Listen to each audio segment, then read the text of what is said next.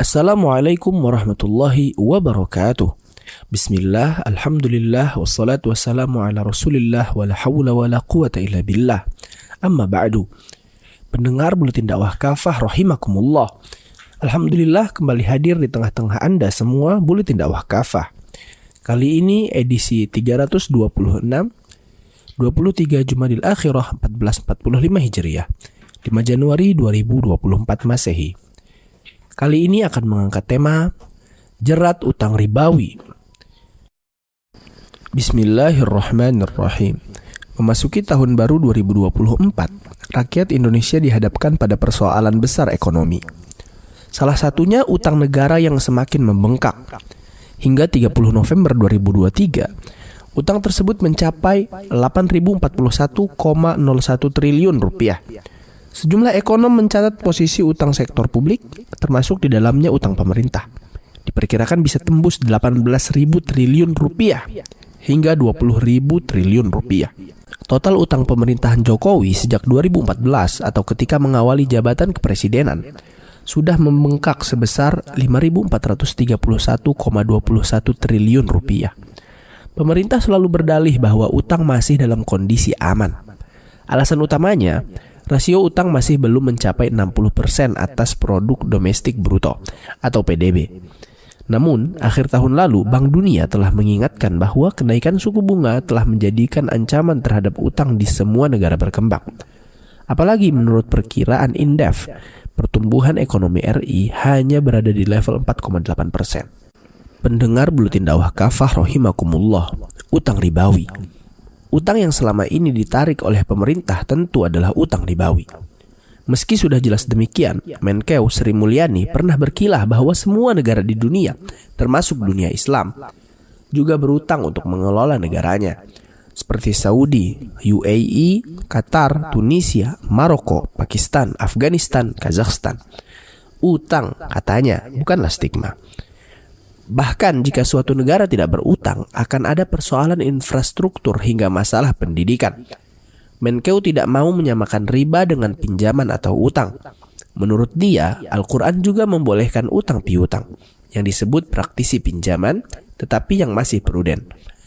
Dalam Al-Quran, pinjam-meminjam itu boleh, tapi harus diadministrasi, dicatat dengan baik, digunakan secara hati-hati, katanya. Pernyataan Menkeu Sri Mulyani sama sekali tidak berdasar. Utang piutang yang memberikan manfaat bagi pihak pemberi utang adalah riba dan haram. Tidak memandang apakah ada eksploitasi atau tidak oleh pihak pemberi utang.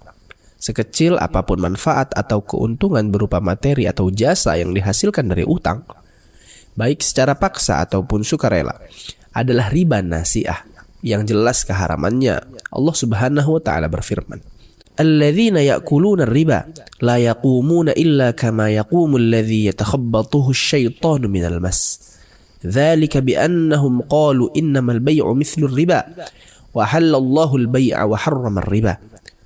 Orang-orang yang memakan riba tidak dapat berdiri melainkan seperti orang yang kerasukan setan lantaran tekanan penyakit gila. Keadaan mereka yang demikian disebabkan karena mereka berpendapat bahwa jual beli itu sama dengan riba.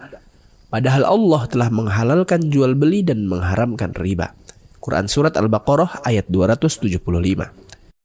Sebelum ayat ini turun, pada awalnya Allah Subhanahu wa ta'ala hanya melarang riba yang berlipat ganda melalui firman-Nya. Ya ayyuhalladzina amanu la ta'kulur riba ad'afan mudha'afah wattaqullaha la'allakum tuflihun. Hai orang-orang yang beriman, janganlah kalian memakan riba dengan berlipat ganda, dan bertakwalah kalian kepada Allah supaya kalian beruntung. Quran Surat Ali Imran ayat 130. Kemudian Allah Subhanahu wa ta'ala mengharamkan riba secara total melalui firman-Nya. Ya ayyuhalladzina amanu taqullaha wa dharu ma baqiya minar riba in kuntum mu'minin.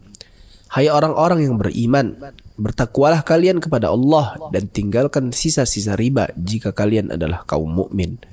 Quran Surat Al-Baqarah ayat 278.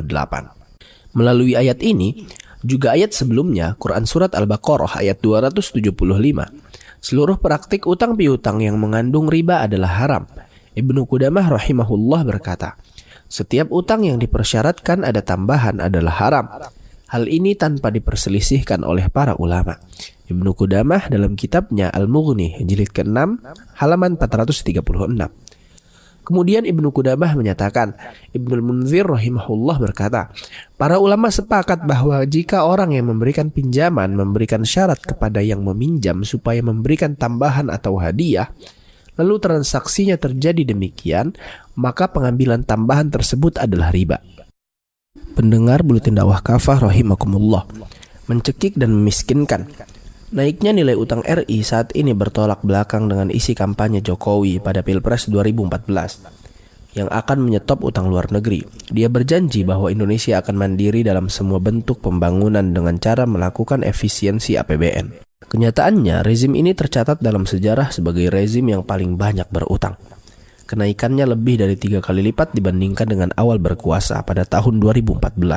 Rakyat harus menyadari bahwa utang ribawi adalah beban berat untuk negeri ini. Ekonom Awalil Rizki menyebutkan rasio utang terhadap pendapatan negara diperkirakan sebesar 310,93% pada tahun 2023 dan 317,63% pada tahun 2024. Pada tahun 2023, pendapatan negara diperkirakan sebesar 2.637 triliun rupiah dengan utang akhir tahun 8.200 triliun rupiah. Pada tahun 2024, target pendapatan negara sebesar 2.802 triliun rupiah. Dan posisi utang akhir tahun diperkirakan 8.900 triliun rupiah. Rasio tersebut telah jauh melampaui rekomendasi IMF dan IDR untuk kondisi yang bisa dikatakan aman.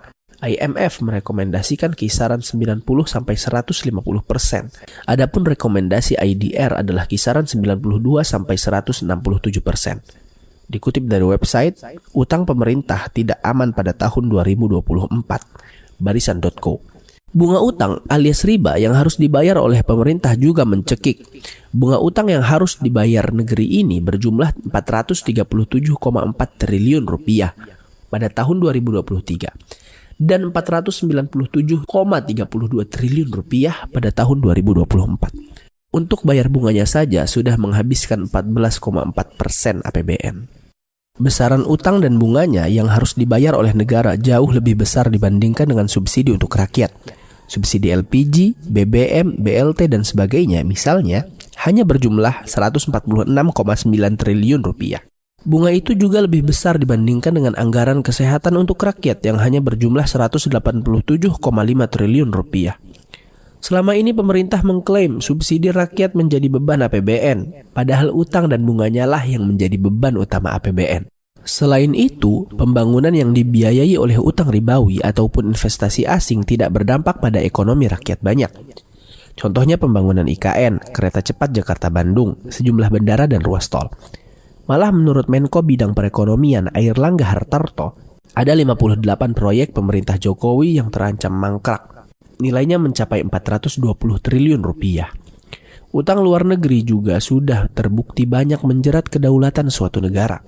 Negara-negara seperti Zimbabwe, Sri Lanka, Maladewa, Uganda, Kenya, dan Pakistan adalah sejumlah negara yang kolaps akibat debt trap, perangkap utang luar negeri. Beberapa negara tersebut harus menyerahkan pelabuhan dan bandara strategis mereka pada negara pemberi utang, yakni Tiongkok, yang juga menjadi salah satu pemberi utang pada Indonesia. Pendengar Buletin Dakwah Kafah rahimakumullah, membebaskan umat dari jerat utang ribawi. Utang ribawi dengan alasan apapun adalah haram.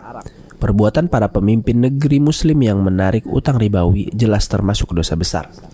Apalagi utang ribawi tersebut menimbulkan bahaya, doror, terhadap kaum muslim. Misalnya saja mengakibatkan penguasaan wilayah dan kekayaan alam oleh pihak asing pemberi pinjaman.